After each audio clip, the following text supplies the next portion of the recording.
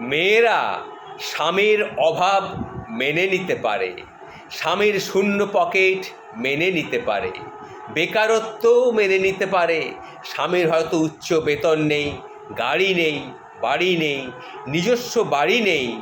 ভালো গয়না হয়তো স্বামী কিনে দিতে পারে না, দামি কাপড়ও হয়তো কিনে দিতে পারে না, বিলাসী জীবনযাপনও হয়তো স্বামী দিতে পারে না, তবুও কিন্তু মেয়েরা সব কিছু মেনে নিতে পারে।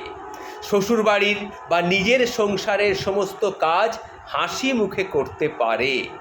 মুখ বুজেই সব চুপচাপ সব জুলুম সহ্য করতে পারে। কিন্তু যার জন্যে এত কিছু করা,